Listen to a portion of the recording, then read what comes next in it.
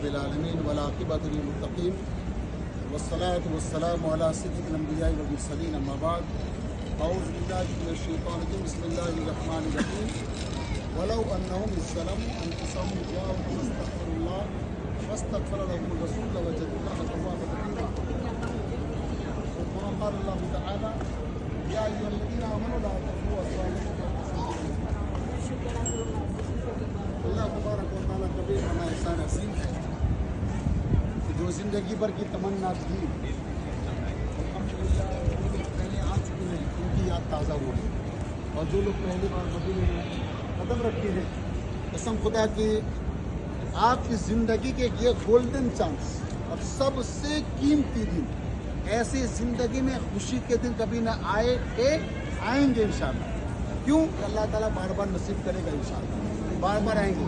लेकिन आज आप उस जगह पे, उस सरजमीन पे खड़े हैं कि आपकी दुआओं की, दुनिया के बड़े बड़े लोग भी आपकी दुआओं की पुकार हैं। अगर आप किसी को फ़ोन करके बोलेंगे कहाँ पे, बोले मदीने में, हाँ मेरे लिए दुआ करें। अगर किसी बुजुर्ग को, आप अपने पीर को भी फ़ोन करके बोलोगे, आपके मस्जिद के इमाम को भी बोलोगे कहाँ, मदीने में, वो बड़े बड़े बुजुर्गाने दिन भी आपसे ये कहेंगे भाई मेरे लिए दुआ करो। ये वो सरजमीन है।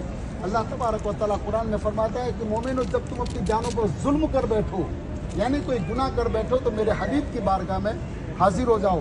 मेरे हबीब की बारगाह में हाजिर होकर के आपके तवस्सुल से अल्लाह ताला की बारगाह में तौबा इस्तिग़फ़ार करो, ज़रूर अल्लाह ताला को तौबा कबूल फरमाने वाला पाओगे। दूसरी जगह अल्लाह कुरान में फरमाता है या अय्युहल्लज़ीना आमनू ला तरफ़ऊ अस्वातकुम फ़ौक़ सौतिन नबी। ए ईमान वालो, ये बात कब हुई? जब हुज़ूर सल्लल्लाहु तआला अलैहि वसल्लम के ज़माने में दो सहाबाओं में आपस में बात हुई। वो सहाबा के साथ सरकार भी जलवा फरमा थे। आपकी आवाज़ थोड़ी सी बुलंद हुई तो अल्लाह ने फ़ौरन कुरान नाजिल फरमाया कि ईमान वालो। कौन ईमान वाले? वो सहाबा थे। हम तो इस सदी के सबसे बड़े गुनहगार लोग हैं, तो अल्लाह ताला उस सहाबाओं के बारे में फरमाया कि खबरदार अपनी आवाज़ को मेरे नबी की, मेरे हबीब की आवाज़ से बुलंद मत करना। अगर तुम्हारी आवाज़ मेरे हबीब की आवाज़ से बुलंद हो गई तो तुम्हारी ज़िंदगी भर के वो नेक अमल जो सिर्फ अल्लाह की रज़ा के लिए किए थे वो तुम्हारे बर्बाद हो जाएंगे।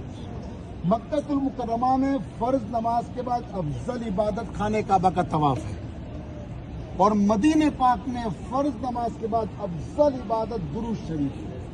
अल्लाह के रसूल सल्लल्लाहु तआला अलैहि वसल्लम की बारगाह में ये जितने दिन आप रहोगे ना, वो दिनों की सारी तरतीब किस तरह इबादत करनी है मैं समझा रहा हूँ, ताकि आपके लिए इबादत करना आसान हो जाए। एक सहाबी ने कहा कि या रसूल अल्लाह, मैं 25% हिस्सा आपकी बारगाह में दरूद पढ़ता हूँ और 75 हिस्सा में जो कि दूसरी इबादतों में, दुआओं में करता हूँ। अल्लाह के रसूल ने फरमाया उसमें इजाफा करो, तुम्हारे लिए फ़ायदा है। तो कहा कि असल 50 हिस्सा में इबादत में, 50 हिस्सा में दुआओं में।